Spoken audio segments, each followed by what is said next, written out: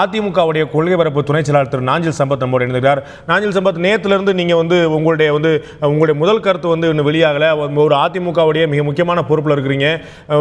இந்த தமிழக முதலமைச்சருக்கு கிடைத்திருக்கக்கூடிய இந்த தீர்ப்பு, அதனுடைய தொடர் பின்விளைவுகள் பற்றி உங்களுடைய முதல் கட்ட கருத்துக்களை பதிவு செய்யுங்க திரு நாஞ்சில் சம்பத்.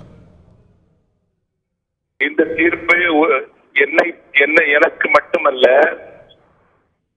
தமிழ்நாட்டின் நலனில் அக்கறை கொண்ட ஒவ்வொருவருக்கும், தமிழகத்தினுடைய உரிமை போரில் ஈடுபட்டிருக்கிற எல்லோருக்கும், உலகெங்கும் வாழக்கூடிய தமிழர்களுக்கு அதிர்ச்சி அளிக்கக்கூடிய தீர்ப்பு.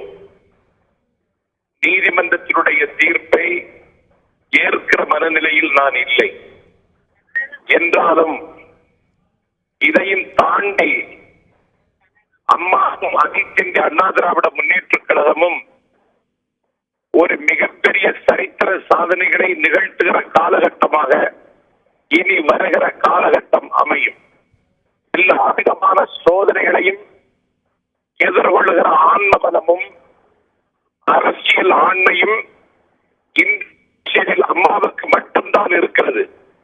ஆகவே இவைகளை எல்லாம் கசைக்கு தூர எறிந்துவிட்டு இன்று புதிதாய் பிறந்தோம் என்கிற பூரிப்போடு அனைத்து இந்திய அண்ணா திராவிட முன்னேற்ற கழகமும் புரட்சி தலைவி அம்மாவும் அன்னை தமிழகத்தின் அரசியலில் மட்டுமல்ல, இந்திய அரசியலிலும் விஸ்வரூபம் எடுக்க வேண்டிய காலம் வந்துவிட்டது.